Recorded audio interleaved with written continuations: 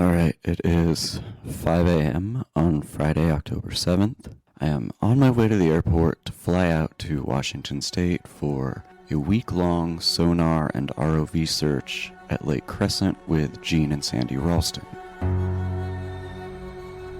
It's been 9 years since I started looking into the enigmatic and meticulous serial killer Israel Keyes. And in those 9 years, I've read over 10,000 pages of documentation, listened to over 40 hours of interviews, interviewed forensic experts, former FBI agents, potential witnesses, and people who knew Keyes. I've traveled tens of thousands of miles to almost everywhere Keyes had ever been. And now, going into its 6th season, True Crime Bullshit has more new leads and more new information than ever. And we are getting closer and closer to understanding and exposing the crimes of Israel Keyes. True Crime Bullshit returns for its 6th season on October 27th. Subscribe and listen anywhere you get your podcasts. And check out truecrimebullshit.com for timelines, videos, and more.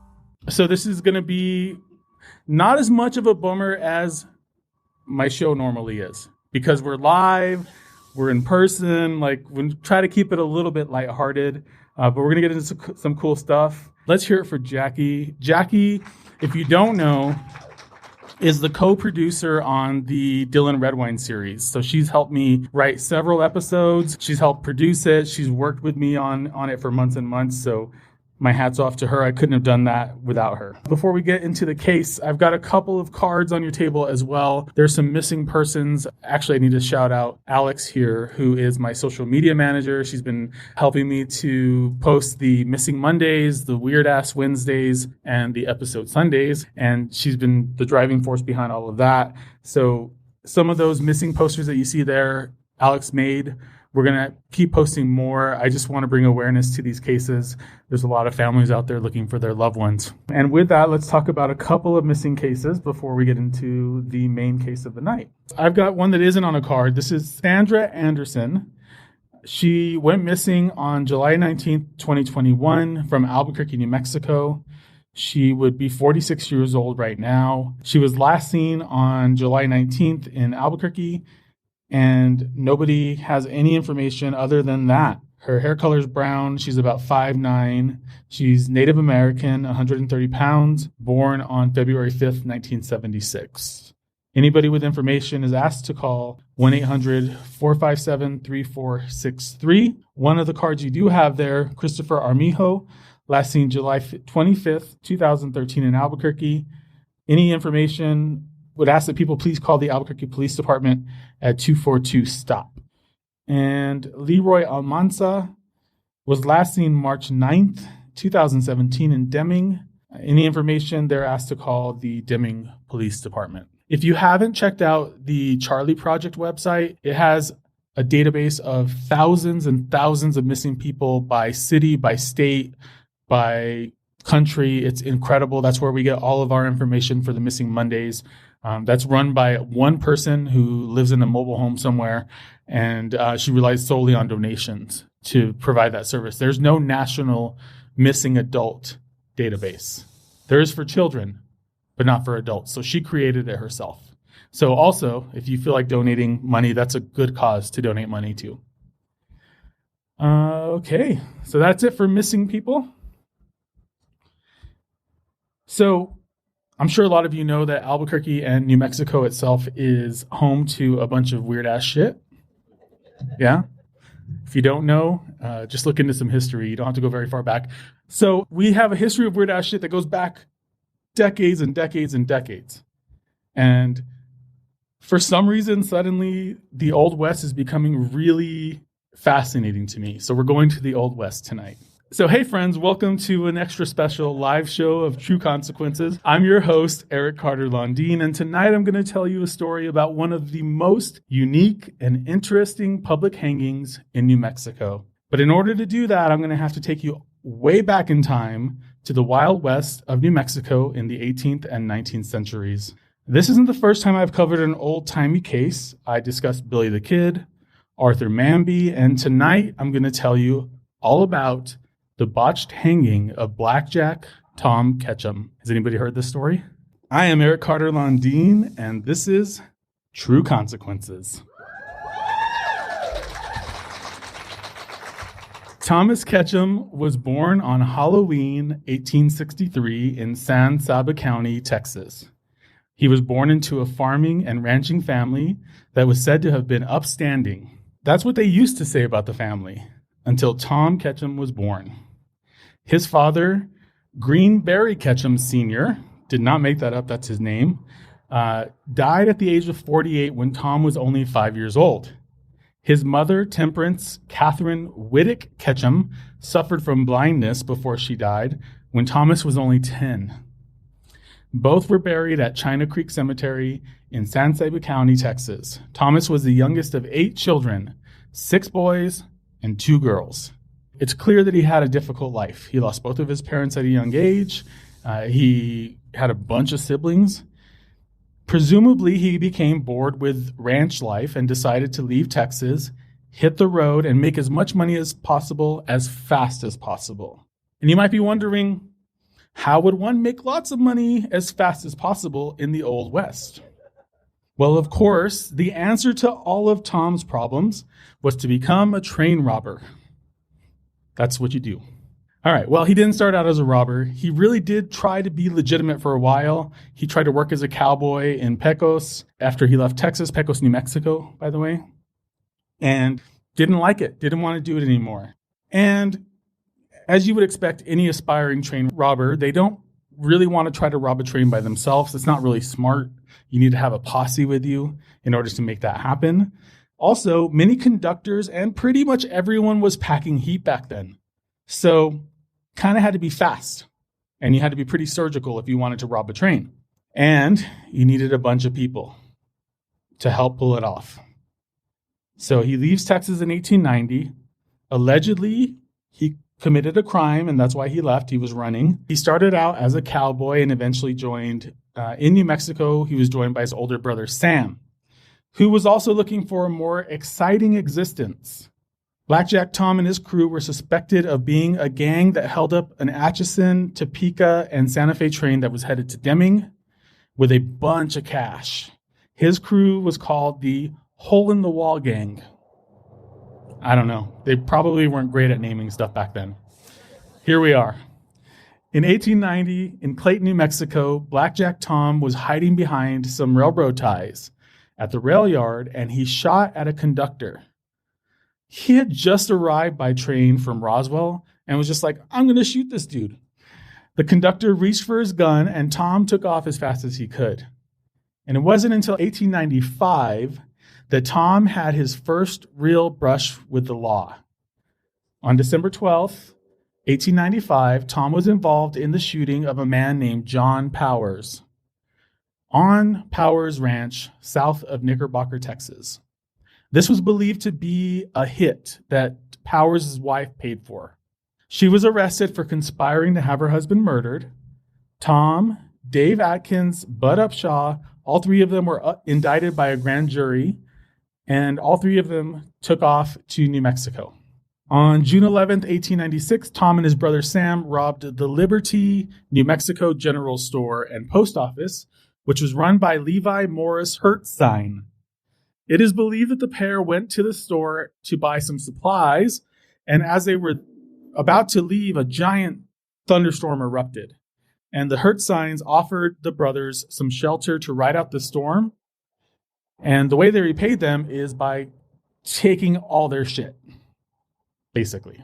So they stole everything. They took all of the money, and Levi, Hertzine, and 4 other men began to chase them down. So the posse caught up with the Ketchums as they were enjoying their dinner. The posse started shooting at the brothers, and once the smoke had cleared, Hertzine was dead, and the Ketchums peaced out. They were never charged with the robbery or the killing of Hertzine. Tom was given the nickname Blackjack after Arizona highwayman Will Blackjack Christian, who was killed in April 1897, not by Tom. It's believed, though, that somebody mistook Tom for Will, and the name stuck. And at first, Tom didn't like that name. He eventually got used to it and then just started using it. Tom and his gang started their career of robbing trains on May 14th, 1897, near the area of Lozier, Texas.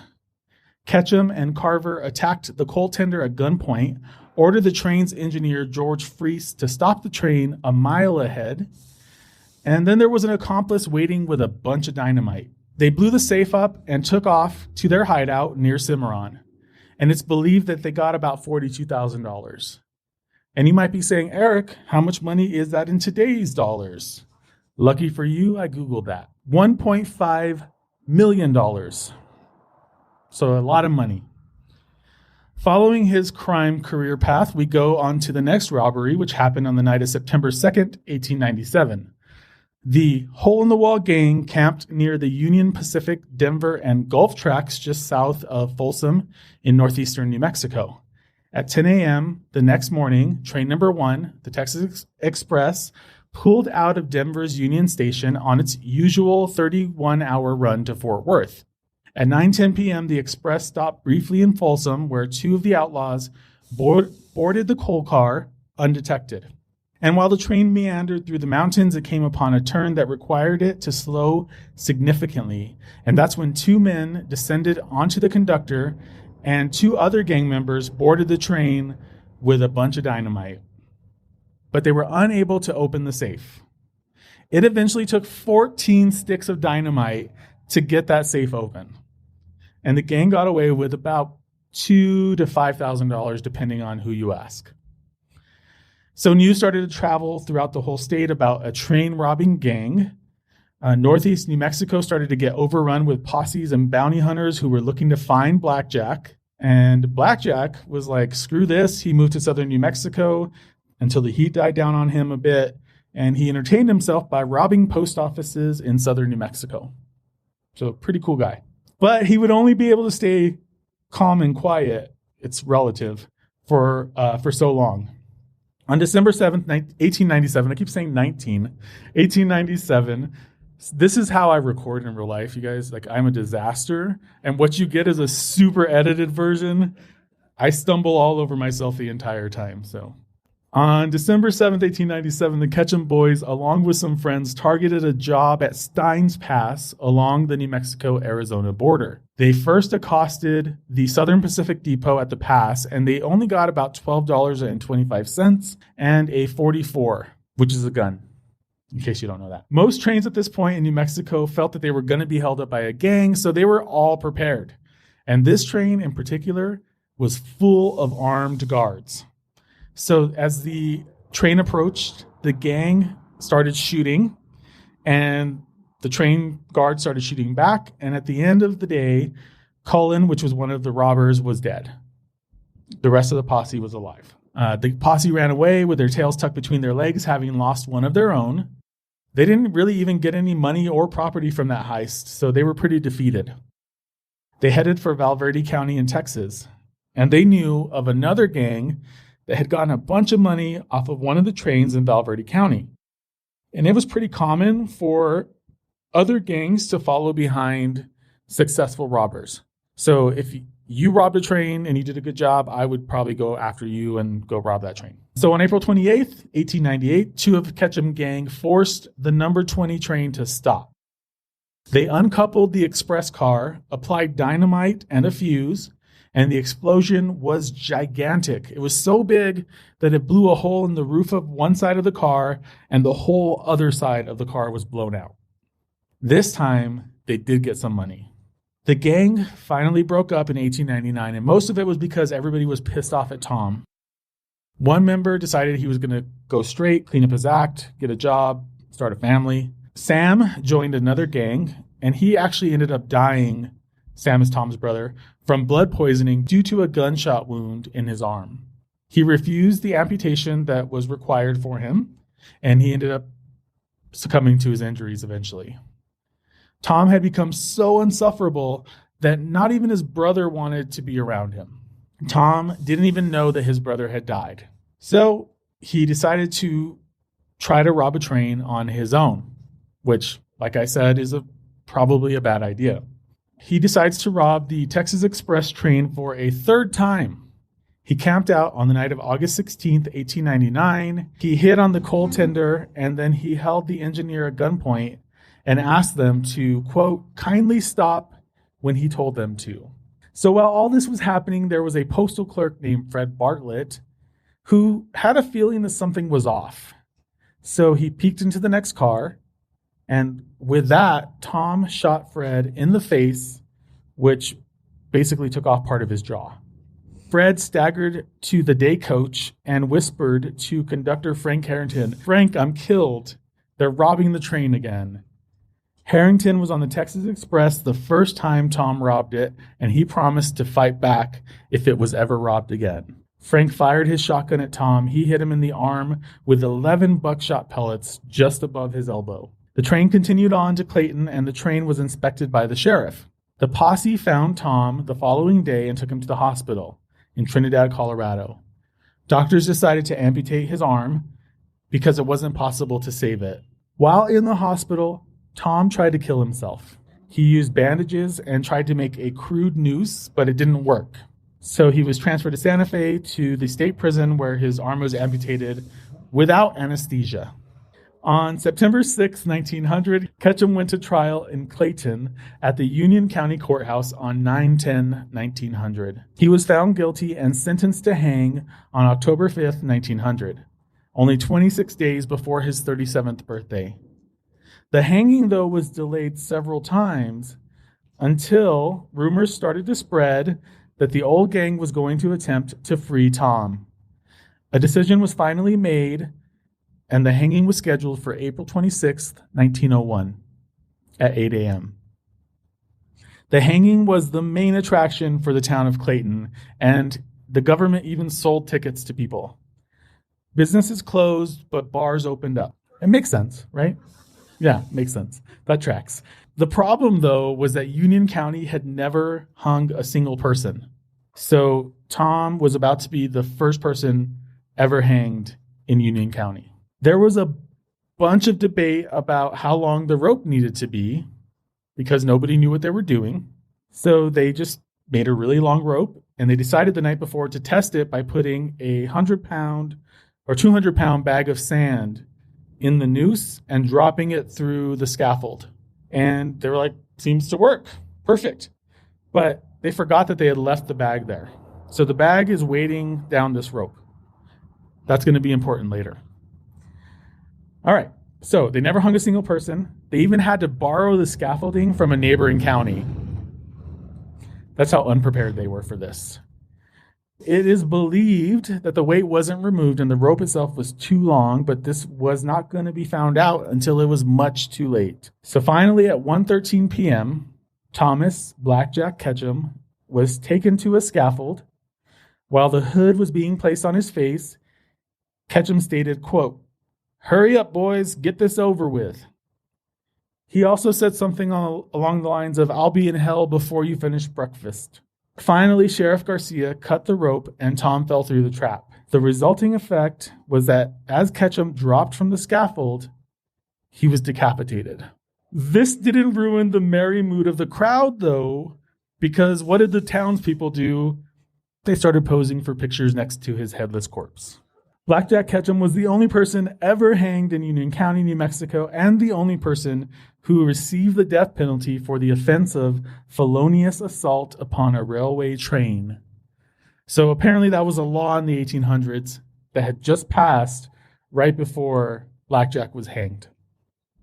And then after he died, they decided that probably they shouldn't hang people for robbing trains. He was the only criminal to have ever been decapitated during a judicial hanging in the U.S., and that is the tragic story of Tom Blackjack Ketchum.